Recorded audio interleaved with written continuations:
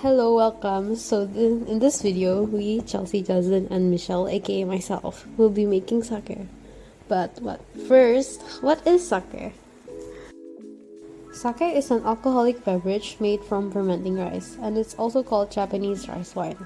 However, even though it's called rice wine, it is more similar to beer than wine in terms of its brewing process.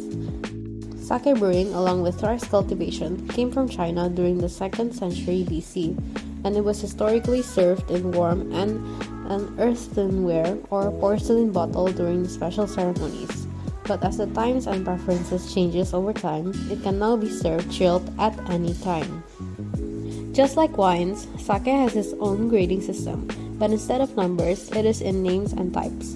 Here are all the types and grades, which are scored according to the percentage of the grain left. This is too much to go over one by one, so we're just going to pay attention to these two. Nigori sake and doburoku, which is a type of home-brewed cloudy sake. Although it is not considered sake under Japanese law, probably because homebrewing is illegal in Japan, it is still a type of sake as it involves rice and alcohol made into a drink. Okay, enough of this boring history. Time to go to the ingredients to make this sake. So, you'll need approximately 500 grams of cooked rice, 3 grams of yeast, 6 grams of yogurt, 22 grams of sugar, 1.5 liters of water, and 1 spoonful of miso. Before we move further, let's see why we use these ingredients. Rice, of course. It will not be called rice wine without it. Plus, it contains starch that can be broken down to glucose for fermentation. Second is water. We use 2 water temperatures, warm and room temperature. The warm one is to activate the yeast, while the room temperature one is to dissolve the miso and mix all of the mixtures together later on. Note that it is warm, not hot, as it will denature the enzymes present. Next is miso, which is an alternative to koji, also known as Aspergillus oryzae. It is a mold or fungi that produces enzymes such as amylase that breaks down starches from the rice to glucose. Koji is relatively hard to find, so we use miso instead, which contains the Aspergillus oryzae fungi as it is made from it.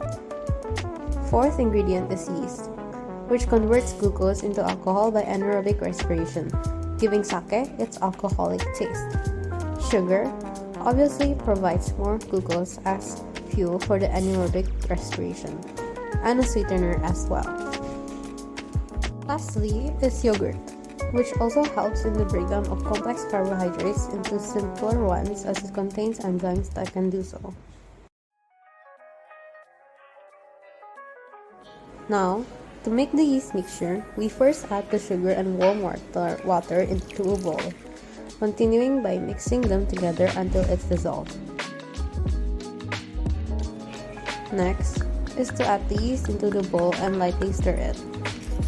Last is to cover the bowl with cling wrap, but we use a Ziploc bag since we don't have it, and set it aside to ferment for 1.5 to 2 hours. Next is preparing the miso. This step is very simple. All you need to do is add room temperature water to it and mix it well.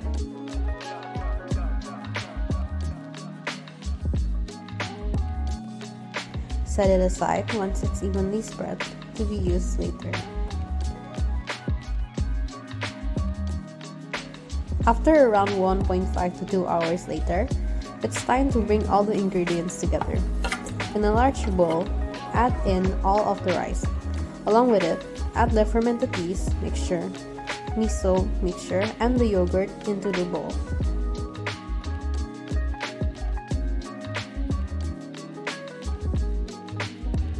Next, add approximately 1.5 liters of water into the bowl, followed by mixing the mixture to spread it evenly and breaking the lumps of rice.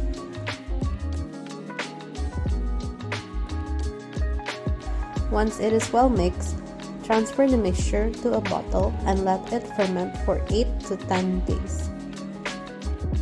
Here are the pictures of our day 0 prep day results. Day 1 of fermentation shows little bubbles on the surface, with all the rice sunk to the bottom. Day 2 shows more bubbles of gas on the mixture surface, with some rice floating on top.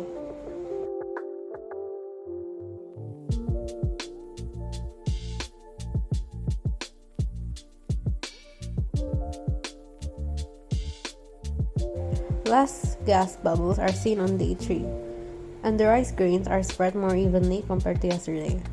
Although not seen on day 1 and 2, you should stir the mixture twice a day.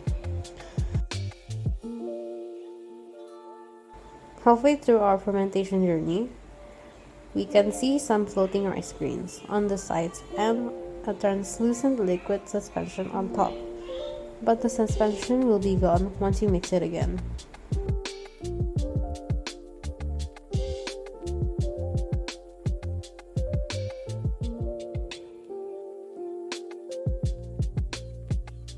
Day 5. Some of the rice grains are floating on top, and the mixture is turning clearer. Taste it. Do you think I'm gonna like it?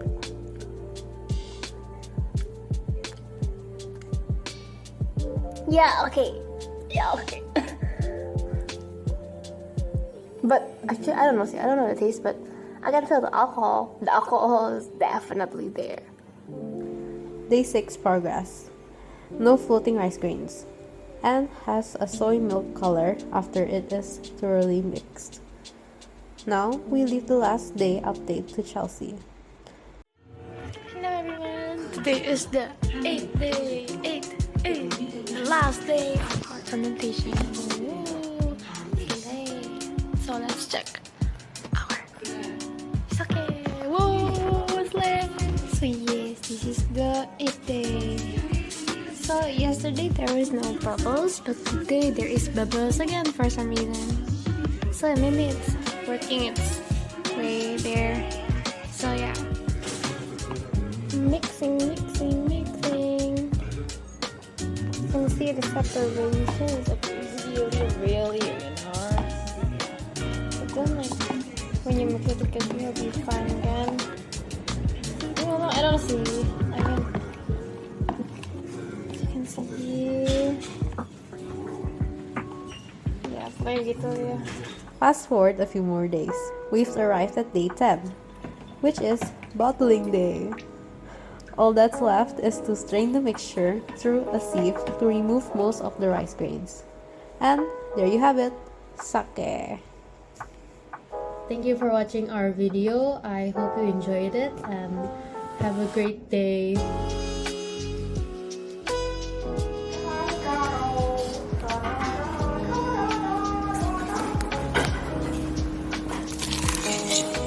Jasmine and me. Say hi, Michelle. Say hi, Michelle. Hello. Michelle is here from online Lemifana, so don't worry, she helping go. Anyways, please try our sake. Yay! It's so big. I hope this tastes good. I mean, it will taste good. I know it will. It's my hard work and my sweat. So yeah. This is day how many? I don't know. But yeah. Count it yourself. Okay, bye. Sweat.